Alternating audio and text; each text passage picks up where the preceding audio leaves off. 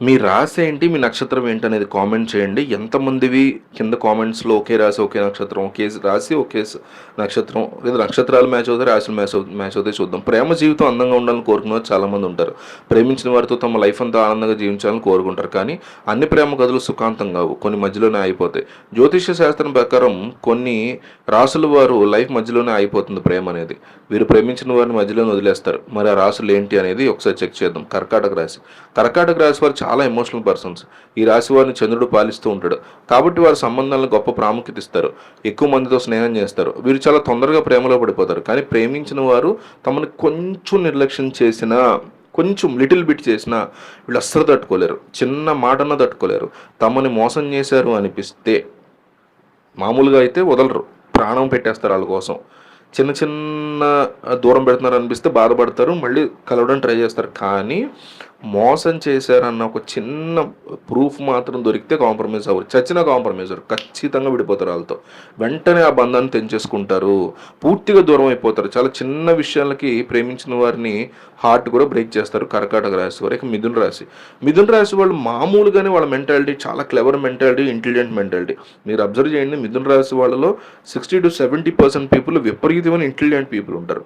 మామూలుగానే వాళ్ళు తెలివైన మెంటాలిటీ. జీవితంలో చాలా ఉల్లాసంగా, యాక్టివ్గా, చిల్ జోన్లో ఉండేటువంటి వాళ్ళు. ఈ రాశుల వాళ్ళకి చాలా విషయాల మీద ఆసక్తి ఎక్కువగా ఉంటుంది.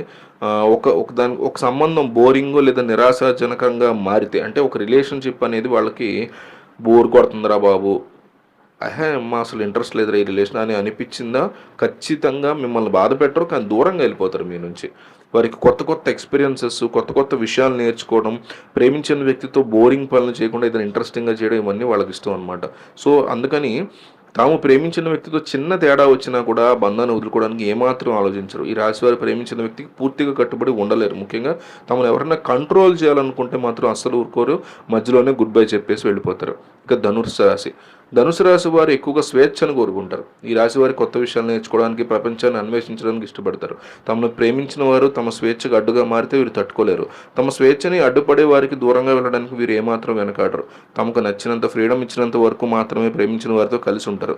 కాస్త తేడా వచ్చినా వారిని చాలా సులభంగా వదిలేస్తారు. తులరాశి. తులరాశి వారు శాంతి సమన్వయతలతో ఇష్టపడే మనసు కలిగి ఉంటారు. వీరు ప్రేమించిన వారితో ఎలాంటి గొడవలు, సమస్యలు లేకుండా ప్రశాంతంగా ఉండాలని కోరుకుంటారు. కానీ ఏమైనా సమస్యలు వస్తే మాత్రం వీరు తట్టుకోలేరు. ఆ బంధం నుంచి దూరంగా పారిపోవాలనుకుంటారు. వీరు బంధం కంటే మనశ్శాంతిని ఎక్కువగా కోరుకుంటారు. సంబంధంలో శాంతి లేనప్పుడు వారు ఆ సంబంధాన్ని వదిలిపెట్టుకోవడానికి ఏమాత్రం ఆలోచించరు.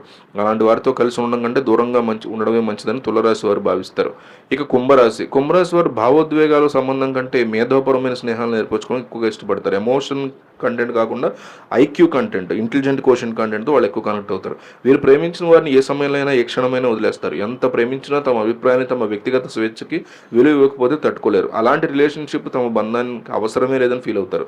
తమకు ఏదైనా సమస్య వచ్చినట్టు అనిపిస్తే ఆ బంధాన్ని వెంటనే వదులుకుంటారు.